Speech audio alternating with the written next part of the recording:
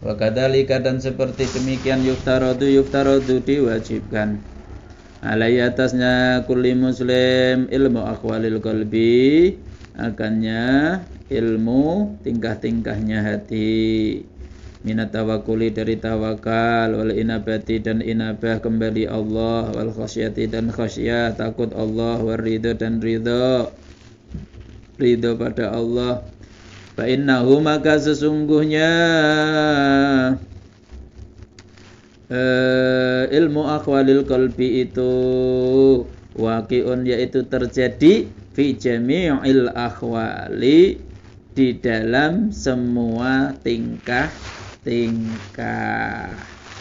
Nah, kalau yang terakhir ini malah ngentai, sih mengisi semuanya.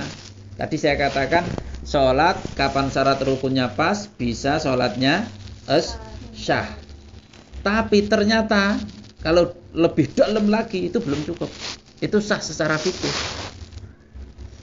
Tapi ada akhwalul qalbi, itu tadi akhwal dohir yang jengklat-jengklit sama bacaan. Akhwalul qalbi kalau dalam sholat itu apa? Tingkahnya hati. Sholat harus khusyuk. Nah iki ya.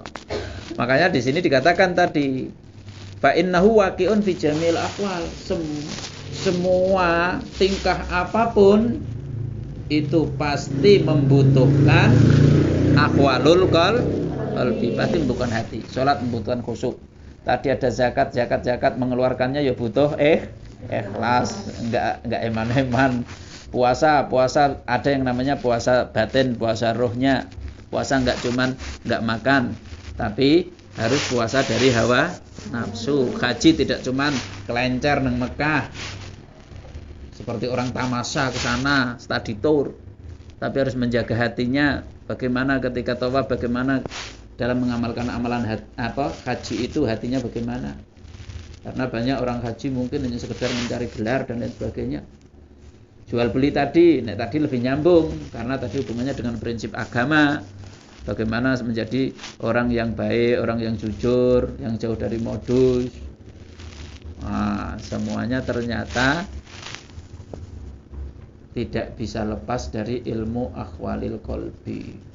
Berarti ilmu akhwal itu kalau mau dibagi ada dua, akhwal dohir, akhwal batin. Akhwal dohir yaitu tadi berhubungan dengan aturan syariat. Akhwal batin kalau mau disimpulkan satu saja yaitu ikhlas. Karena ikhlas itu ada di setiap apapun, termasuk dalam muamalah, termasuk di dalam interaksi. Sampean karo kancamu dohirnya bisa saja kelihatan akrab, saling senyum, mbak. Batinnya dapurmu, raimu. Batinnya satru, batinnya musuh. Tapi bibirnya senyum menyapa.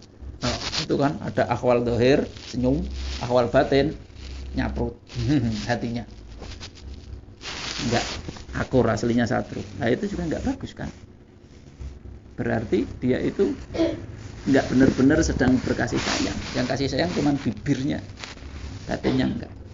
Nah, dari sini ini lebih penting lagi ilmu akhwalil qalbi. Nah, ini juga menjadi penting. Ngaji sampai mati itu di situ.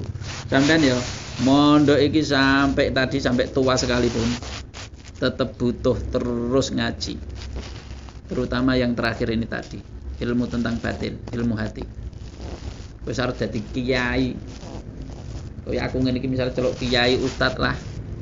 Yang namanya hawa nafsu terus, namanya hawa nafsu itu akan selalu meliputi manusia sampai mati. Yang kiai digoda dengan kekiaiannya.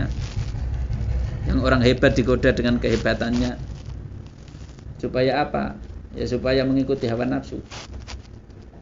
Bener sekedar misalnya lulus mondok wis ora nyambung ngaji blas, tetap harus ada kerentek ngaji, hubungan ngaji, terutama yang berhubungan dengan akhwalil qalbi. Ngaji tuwa istilahnya.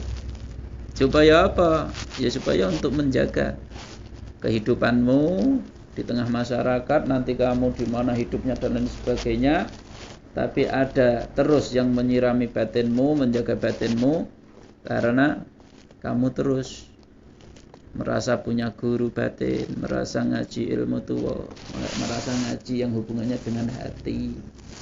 Salat wis hafal kabeh dhewe, tapi urusan khusyuk salat kita masih kecil, masih diangkal. Jangankan sampean, kaya aku ngene iki salat ya khusyuk total ya angel jan. Berarti kan butuh menata hati yang hanya fokus kepada Allah. Ikhlas sing tenanan. Ketika dibuat salat sehingga fokusnya iso maksimal. Ilmu ngono kuwi lebih dalam lagi. Karena itulah ngaji ya terus sampai tua ya ngaji, tapi sistemnya mungkin lain, caranya lain, kemudian medianya juga lain.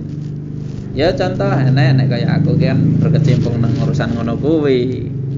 Nah yang ngaji nang urusan tarekah ngono sing ngaji ya tuwek-tuwek. Sing di ngaji ora ngaji meneh, syaratnya salat ada, rukunnya salat ada. Enggak. Yang dibahas tentang bagaimana hati bisa khusyuk dalam salat, cara-caranya dan lain seterusnya, bagaimana hati bisa ikhlas, bahas tentang batin, tarekah ilmu batin. Ini salah satu contoh. Nah, seperti itu. Nek akhwalul qalbi malah ada di semua hal, mau urusan ibadah, urusan muamalah, semuanya membutuhkan hati yang bersih, hati yang tulus. Nah, iku ya nek ilmune ora rampung-rampung. Nek ilmu salat dipelajari sudah bisa syarat rukunnya selesai, sahlah salat. Tapi ilmu tentang khusyuk salat belajarnya enggak akan pernah selesai karena ada praktek dan lain sebagainya.